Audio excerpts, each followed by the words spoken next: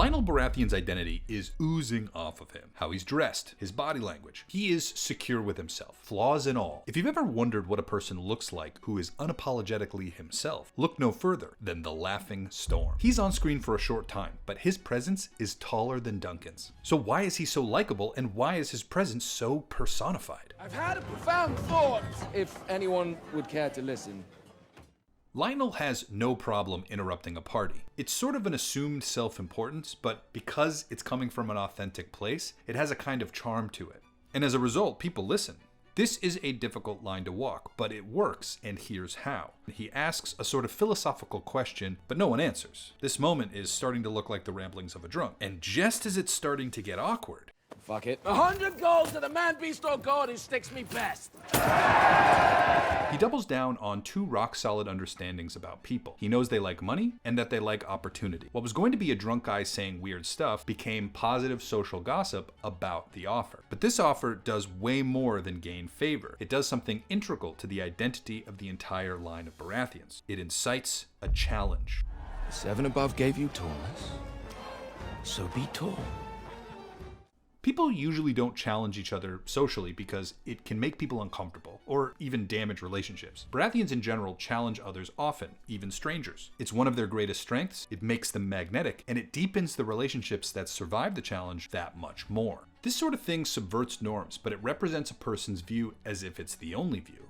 It's authentic and unique. It makes you a person people pay attention to. This isn't just limited to conversation either. This is Lyonel checking Dunk's pulse. He wants to see how he'll react. Lyonel doesn't punish Dunk for his response. He loves it. Lyonel creates tension and lets Dunk participate in its release. It's figuratively and literally a push-pull dynamic. This deepens the relationship faster than 10 hours of polite conversation ever could. This works because even without words, the communication is clear. We aren't crossing boundaries here. Boundaries are being established. Once we have an understanding and things slow down, we can focus on what's important. Within every man, there are many men. The communication of the crown on Dunk's head is clear. The crown is not the power. I am.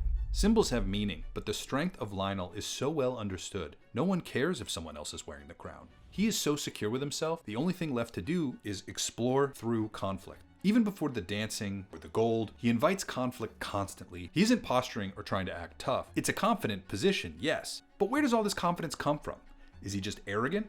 No.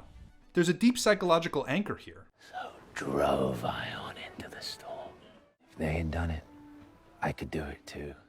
What he's communicating with this story is this. We all decide who we want to be. There is no reason why people who've come before are any more accomplished or capable. The storm is the challenge, one I will meet head on. This is where Lyonel's identity, or rather his passion, his intention, his reading of the room, and most importantly, certainty of self, become his weapon, ready to defeat any challenge. Which is why he welcomes so many. That said, make sure you can back it up, or you might find yourself with a future challenge that's a little overwhelming. Thanks for watching. We make breakdowns like this every week, so if you liked what you saw here, go ahead and subscribe.